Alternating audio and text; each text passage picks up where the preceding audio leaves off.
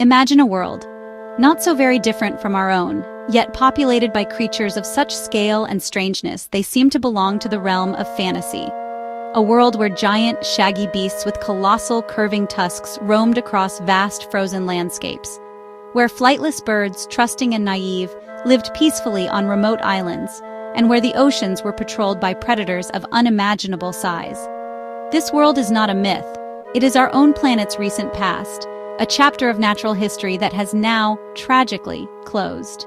Today we journey back in time, peeling back the layers of millennia to uncover the stories of some of the most fascinating extinct animals that once called Earth home. We will walk with giants, soar with vanished flocks, and dive into the depths with ancient terrors. Our journey begins in a world of ice, a vast frozen expanse stretching across the northern hemisphere, where the wind howls with a primal chill. Here, towering over the icy tundra, the woolly mammoth was the undisputed king of the Ice Age. A truly magnificent creature, a relative of today's elephant, but adapted in the most remarkable ways to survive the bitter cold of its environment. Covered in a thick, shaggy coat of hair with an underlayer of dense fur for insulation, it was perfectly attired for the Pleistocene winter. And then, there were the tusks. Not just for display, these enormous, gracefully curving structures of ivory, some reaching over 4 meters in length, were essential tools for life in this harsh world. They were used to sweep aside deep snow, uncovering the frozen grasses and shrubs that formed its diet. They were formidable weapons, used to defend against the great predators of the age. These were not solitary beasts. Mammoths lived in complex matriarchal herds, much like elephants do today. The elders, with their accumulated wisdom, would lead their families across immense territories, following ancient migratory routes in search of food and water. The story of their lives is written not only in fossils, but in the astonishingly well-preserved remains found frozen in the Siberian permafrost. Yet, despite their size and their masterful adaptations, their reign came to an end. A changing climate, which warmed the planet and altered their vast grassy habitat, played a significant role. But it was also the arrival of a new, exceptionally clever predator, humankind. Our ancestors hunted the mammoth for its meat, its hide, and its ivory. Around 4,000 years ago, the last of these Ice Age titans vanished from the Earth, leaving only their mighty bones and a legend that continues to captivate us. From the frozen north, we travel to a single, sun-drenched jewel in the Indian Ocean, the island of Mauritius. It was here, in complete isolation, that a most peculiar bird evolved, the dodo, a flightless bird, a member of the pigeon family that, in the absence of any ground-dwelling predators, had lost its ability to fly. The dodo was a large, stout bird, perhaps weighing over 20 kilograms. It had a bulbous, hooked beak, small, useless wings, and stout yellow legs. For centuries, it lived a peaceful existence, foraging on the forest floor for fallen fruits, its life dictated by the gentle rhythm of the seasons on its island paradise. Its downfall began in 1598, with the arrival of the first human sailors. To these men, the dodo was a curiosity, but also an easy source of food. The bird had no innate fear of humans. It had never needed to develop one. Perhaps more devastating were the animals the humans brought with them. The ships were unintentional arks, carrying stowaways that would seal the dodo's fate. The dodo laid its single egg in a simple nest on the ground. This made it hopelessly vulnerable. The pigs would root them out, and the rats and monkeys would devour them. Within just a few decades of human arrival, the dodo was gone. The last confirmed sighting was in the 1660s. The dodo vanished before we ever truly got to know it, leaving behind only a handful of skeletal remains and a few contemporary drawings. It has since become the very archetype of extinction, a cautionary tale of the devastating impact that humanity can have on a fragile, isolated world. We now return to the Americas of the Pleistocene, a land of megafauna, where survival was a daily, brutal battle.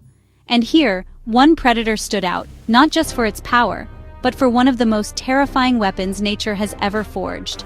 This was the domain of the saber-toothed tiger, Smilodon fatalis. Its most famous, most fearsome features were, of course, its teeth. Two colossal upper canines like curved daggers could grow up to 28 centimeters long. They were surprisingly slender and serrated like steak knives. Smilodon was not built for speed like a cheetah. Its skeleton reveals a creature of incredible power, with a thick neck, a robust chest, and powerfully built forelimbs.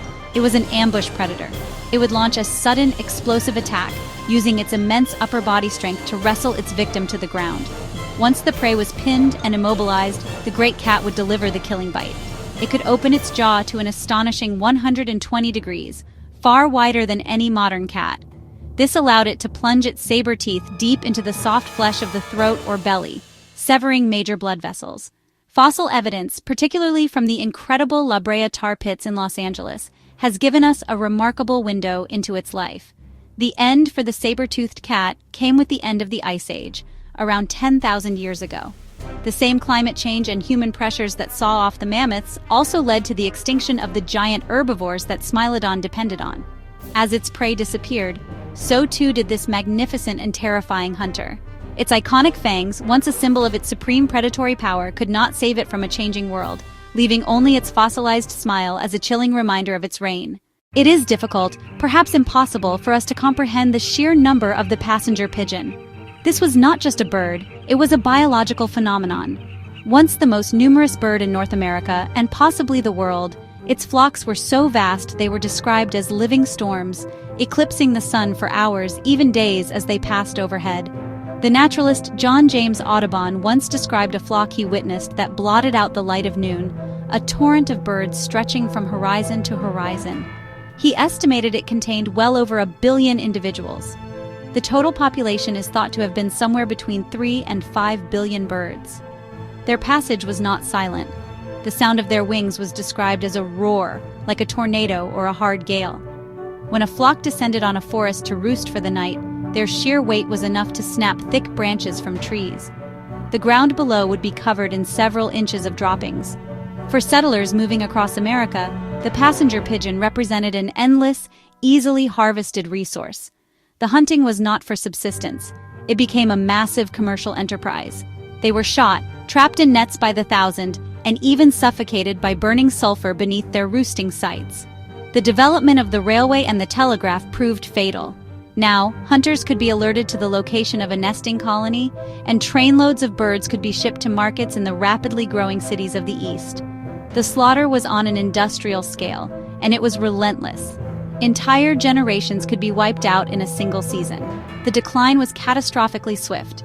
The very last one, a female named Martha, died alone in the Cincinnati Zoo on September 1, 1914. In the space of a human lifetime, a species 5 billion strong had been utterly and completely erased from the planet. A living river had been drunk dry. Not all extinctions are lost in the mists of deep time. Some have occurred within living memory, their ghosts still haunting the modern world. Such is the story of the thylacine, better known as the Tasmanian tiger. This was not a cat, but the world's largest carnivorous marsupial, a truly unique creature with the head of a dog, the stripes of a tiger, and a pouch like a kangaroo. Its tale is a modern tragedy of misunderstanding and persecution. The thylacine was once widespread across mainland Australia, but the introduction of the dingo by early humans thousands of years ago likely led to its extinction there. It found its last refuge on the island of Tasmania, where it became the apex predator. A shy, nocturnal hunter, it would prey on kangaroos, wallabies, and birds. Perhaps its most extraordinary feature was a jaw that could open to an almost 90-degree angle. It was a specialist hunter, perfectly adapted to its island home. When European settlers arrived in Tasmania in the 19th century, they brought with them sheep. The thylacine, a predator that occasionally hunted livestock, was immediately cast as a villain. It was branded a notorious sheep killer, and a bounty was placed on its head. A systematic campaign of extermination began, driven by fear and agricultural interests. Thousands were trapped, poisoned, and shot. By the early 20th century, it was an exceptionally rare animal. The bounties had done their work too well. The final chapter of this sad story played out in a zoo. The last captive thylacine, a male named Benjamin, died from neglect at the Hobart Zoo on the 7th of September, 1936. He was accidentally locked out of his sheltered sleeping quarters and perished from exposure on a cold Tasmanian night. Just 2 months earlier, the species had been granted official protection, a protection that came too late to save even one. We leave the land and the air and plunge now into the abyss of prehistoric time, into the oceans of the Miocene and Pliocene epochs. For here, in the warm, ancient seas, lurked a predator of such colossal size and power that it defies belief. It was the ruler of this underwater kingdom, a shark that makes today's great white look like a minnow. We speak of Otodus megalodon, the largest shark, and indeed the largest fish ever to have lived. Estimates of its size are staggering. Based on the dimensions of its fossilized teeth, scientists believe Megalodon could reach lengths of up to 18, perhaps even 20 meters. Its bite was the most powerful of any known animal. Its mouth, wide enough to swallow 2 adult humans side by side, was lined with rows of enormous serrated teeth, each up to 18 centimeters long. These were the perfect tools for slicing through the thick flesh and bone of the large marine mammals that formed its diet. Megalodon was not just a coastal hunter, it was a global predator. Its fossils found in oceans all around the world. Fossilized whale bones have been discovered bearing the unmistakable gouge marks of Megalodon's teeth, a testament to the titanic struggles that must have taken place in these ancient waters. So what could possibly topple such a titan? The answer, it seems, lies once again in a changing world. As the planet cooled and the ice ages began, sea levels dropped and ocean currents shifted. The great whales, Megalodon's primary food source, began to migrate to the newly formed colder polar waters where the shark, likely a warm water animal, could not follow. Around 3.5 million years ago, the pressures became too great. The tyrant king of the ocean swam into extinction, leaving behind only its magnificent teeth as evidence of its terrifying existence. As our journey through time concludes, we are left with the silent echoes of these magnificent creatures. From the thundering tread of the mammoth to the silent glide of the megalodon, each story is a chapter in the great book of life on Earth. These animals may be gone, lost to us forever, but their stories remain. They are not just tales of the past, they are powerful reminders of the fragility of life and the profound and irreversible impact of change. Whether it is the slow shift of a global climate or the sudden, decisive actions of humankind, their legacy is a call to action, urging us to become better stewards of this planet, to protect the incredible diversity of species we are still fortunate enough to share it with. These stories compel us to look at the world around us with new eyes, to appreciate the wonders that still exist. Which extinct animal fascinated you the most? Whose story resonated with you? Let us know in the comments below. And if you wish to journey with us again into the amazing stories from our planet's past and present, don't forget to subscribe and join our community of explorers.